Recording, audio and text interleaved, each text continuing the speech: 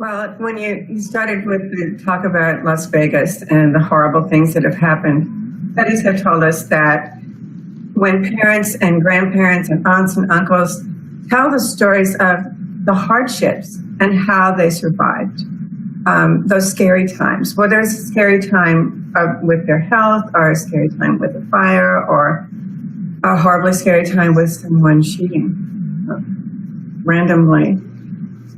If they can tell the stories of how they survived, that passes on a strength to the child.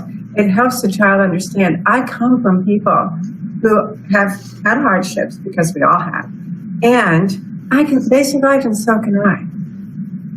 By the same token, the stories that we tell, the Boo-Tickle Tales, help children recognize that there are scary things and that there are ways to deal with being scared. Being scared is part of being human, but there are ways to deal with it. And that's what we want them to get from the Boo-Tickle Tales, that even the smallest protagonist can overcome and survive and thrive. As parents, we should know our children as best we can, and it's much easier when they're little than when they get older. Listening is just as important as speaking with them, but communicating is very, very important. Accepting the fact that they do have fears and not telling them, don't be afraid, but sharing with them, let's look into that and let's see what we can discover about that.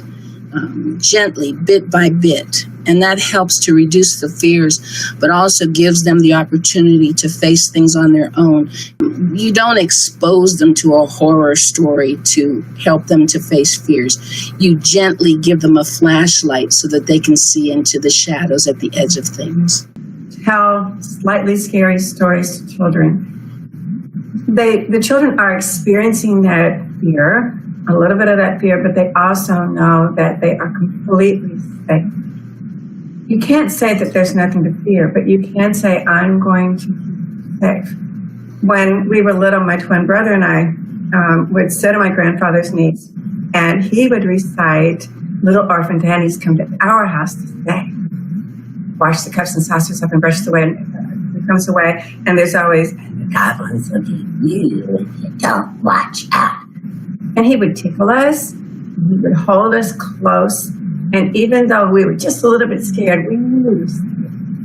And that's what we recommend in telling these stories to children. You create that safe space, a safe space where they can experience fear and get through it and know that you're there for them.